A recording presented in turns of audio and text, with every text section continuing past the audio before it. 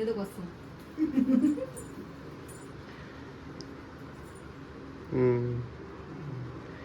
Very nice. हाँ shoot करते रहो ऐसे ही। हाँ.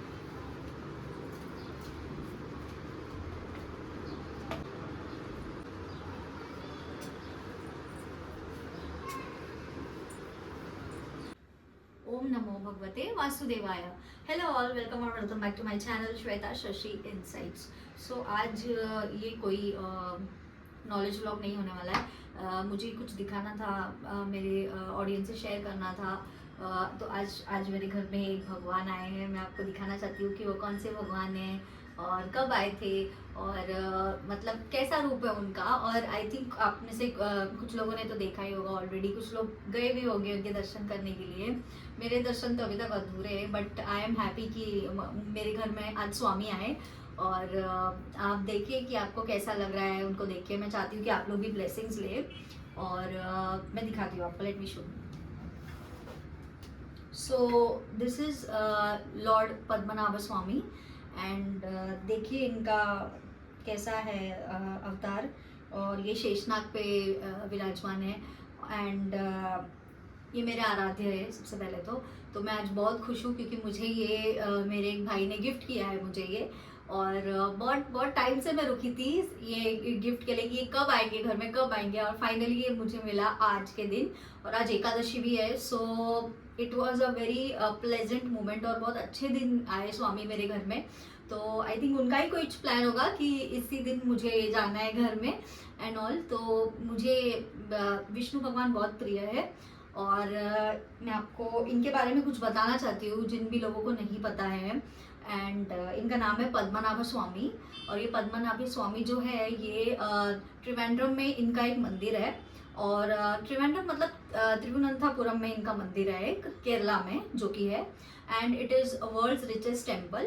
तो वहाँ पे इसकी स्टोरी ऐसी है ना कि मैं बताना चाहती हूँ कि एक सेज थे जिनका नाम था विल्वमंगलम स्वामियार, विल्वमंगलम स्वामियार। तो जब वो सेज थे तो उनके पास ऐसी शक्ति थी ना कि उनको गॉड का प्रेजेंस हमेशा फील हुआ था, हमेशा फील होता था। तो जैसे ही उनके पास इतनी अपार शक्तियां थी, उनको प्रेजेंस फील होता था, तो वो तपस्या में चले गए।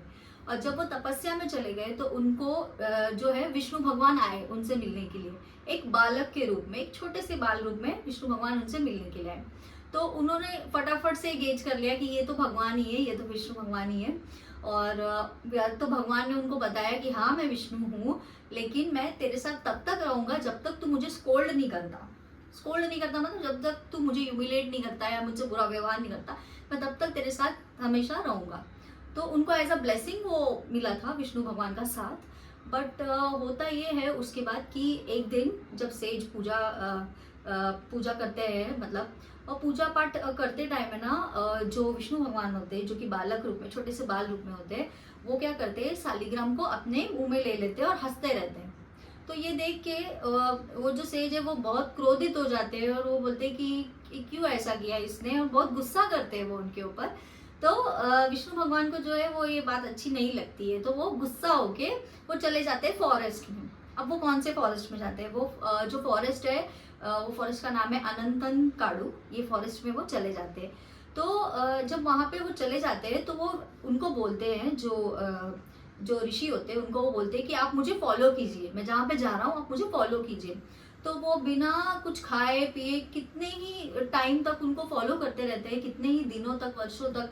और फॉलो कर करके वो ऐसे अनंतन काडू फॉरेस्ट में जो है ना वो पहुंच जाते हैं। तो फाइनली विष्णु भगवान जो है ना उनके सामने ही ट्री के अंदर चले जाते हैं। मतलब एक बहुत बड़ा एक ट्री होता है, जो ट्री का नाम है इलुपा ट्री, उसे इलुपा बोलते हैं। तो उसके अंदर चले जाते हैं और वो स्वयं देखते हैं कि विष्णु भगवान मेरे सामने ही उस ट्री में गुस्सा होकर चले गए। तो वो फिर बहुत उनको कन्विंस करते हैं कि प्लीज आप आइए आइए आइए, वापस आ जाइए, आप मुझसे गलती हो गई कि मैंने आपको ऐसे स्कोल्ड किया। तो विष्णु भगवान अभी क्या होता है उसके बाद जो झाड़ होता है ना वो ऐसे पूरा क्रैक होता है, और पूरे वो क्रैक होने से विष्णु भगवान प्रकट होते हैं शेषनाग में। और इसी रूप में, जिस रूप में आपने अभी देखा पद्मनाभ स्वामी को, तो उसी रूप में वो प्रकट होते हैं। और वो जब प्रकट होते हैं तो वो इतने वास्ट होते हैं, मतलब इतने इतने बड़े होते हैं ना कि वो जो ऋषि होते हैं वो देख ही नहीं पाते उनको। तो वो बोलते हैं कि मैं तुझे देख ही नहीं पा रहा हूँ, तू इतना लंबा है, मतलब मेरी आंखें छोटी पड़ रही है आपको देखने के लिए, ऐसे बोलते वो। तो वो मैं क्या करूँ, वो बहुत रोते हैं कि मतलब मुझे फाइनली आपने दर्शन तो दे दिया, आप वापस तो आ गए हो, लेकिन आपका रूप इतना मतलब भव्य है कि मुझे समझ में नहीं आ रहा है कि मैं क्या क्या करूँ मतलब। तो आप प्लीज थोड़ा अपना जो अवतार है, अपना जो रूप है, उसको कुछ छोटा कर लीजिए आप। तो विष्णु भगवान बोलते कि ठीक है, तो अपना जो अवतार है वो कुछ कुछ हद तक छोटा करते हैं, लेकिन इतना भी छोटा नहीं होता है वो, थोड़ा फिर भी बड़ा ही होता है अवतार उनका। तो वो उस अवतार में होते हैं जहाँ पे सिर, नाभि और पैर, मतलब जो शेषनाग में वो सोए हैं अभी फिलहाल, तो ऐसे लेटे हुए अवतार में विष्णु भगवान वहां पे प्रकट होते हैं। अभी भी वो ऐसे मतलब इतने लंबे हैं कि पूरा तो उनको देखा नहीं जा सकता, 2 आंखें कम पड़ जाएगी उनको देखने के लिए। तो विष्णु भगवान वहां पे प्रकट होते हैं, तो वो जैसे वहां पे रहते हैं वैसे ही रहते हैं उस फॉरेस्ट में। फिर कुछ वर्षों के बाद एक राजा होते हैं, वो राजा जो होते हैं वो सोचते हैं कि हम मंदिर बनाएंगे केरला में, त्रिवेंद्रम में, और उस मंदिर में इनको उपस्थित किया जाए। अब मंदिर भी छोटा पड़ जाता है उनके लिए, जब वो मंदिर में लेके जाते हैं स्वामी को, तो वहां पे उनको लेके जाते हैं, लेकिन क्या होता है ना, वही होता है कि वो एक साथ उनको नहीं कर पाते, रख पाते उस मूर्ति को। तो उनको जब लेटाया जाता है तो उनके 3 दरवाजे बनाए जाते हैं, जो कि एक हेड होता है, एक उनका लोटस नेविल मतलब नाभि, और तीसरा जो होता है वो उनकी फीट यानी कि उनके पैर। तो ऐसे 3 तरीके के दर्शन हमें देखने को मिलते हैं पद्मनाभ स्वामी में। जब भी आप जाएंगे केरला तो आप ये प्लीज एक्सपीरियंस कीजिएगा, बहुत ही होलसम है ये, और मतलब जाना चाहिए। ये जो मंदिर है जिसके बारे में मैं बात कर रही हूँ, पद्मनाभ स्वामी मंदिर है, ये केरला में है और ये वर्ल्ड रिचेस्ट टेम्पल माना जाता है इसको।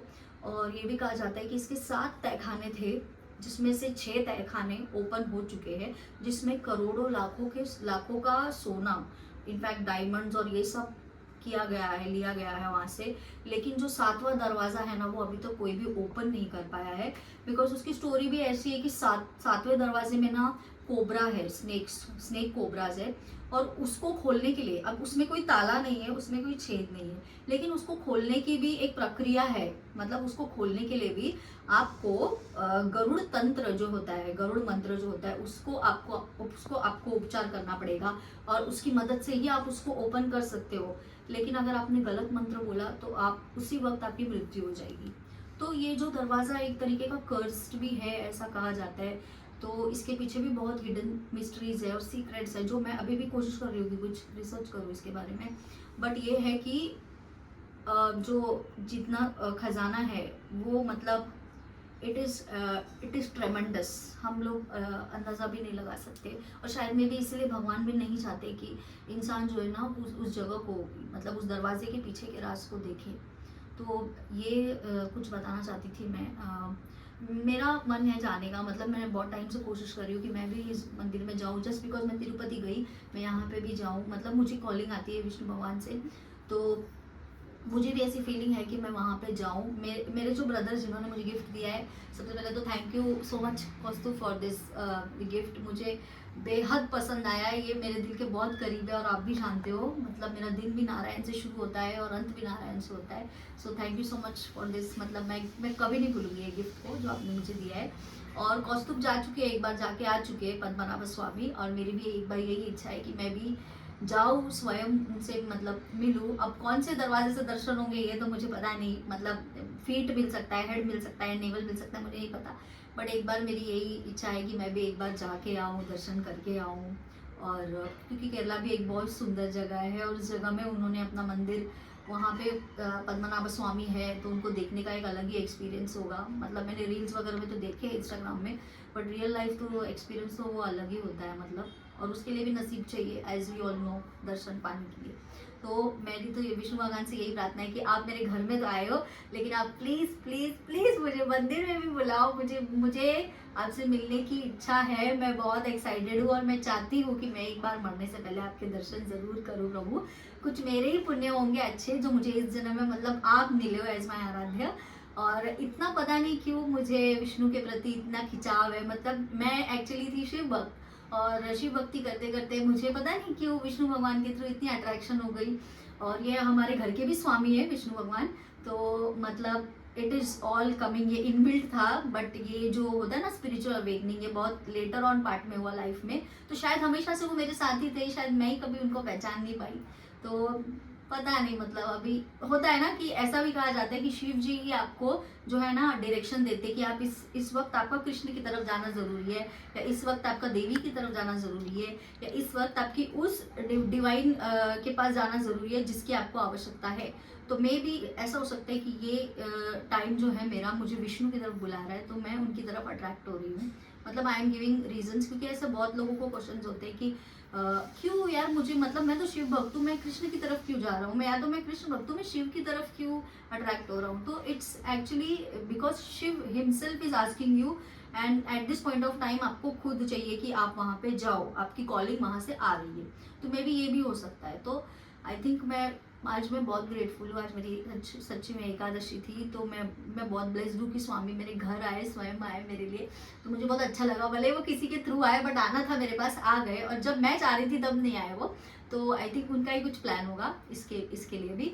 तो थैंक यू सो मच मेरे वासुदेव, जो आपने मेरे पे इतने मेरे कर्म अच्छे थे, तो आपने मेरे लिए इतना सोचा और आप आए मेरे पास, इसके लिए तो मैं हमेशा ग्रेटफुल रहूँगी। Thank you so much to everyone जिन्होंने भी मेरा वीडियो ये आज तक देखा है, अभी तक देखा है। और आप लाइक कीजिएगा, सब्सक्राइब कीजिएगा, कमेंट कीजिएगा मेरे चैनल पे आके। और यही बोलना चाहूँगी कि लाइफ में कभी भी एक बार आपको मौका मिले तो पद्मनाभ स्वामी मंदिर ज़रूर जाइएगा, उसको मिस मत करो प्लीज़ गाइस, क्योंकि अपॉर्चुनिटी मिलती है वो एक ही बार मिलती है। और जब भी कहीं से बुलावा आता है ना, हमें वहाँ पे चले जाना चाहिए। वो भले विष्णु हो या कोई भी हो, वो उनके ही अवतार है। तो जहाँ से भी आपको आता है आपको जाना चाहिए, आपको छोड़ना नहीं चाहिए, आपको मिस नहीं करना चाहिए। सो मैं यही बोलना चाहूँगी। ये वीडियो आज के लिए यहीं तक रहेगा। Thank you so much for watching Shweta Shashi insights. You have a great day ahead.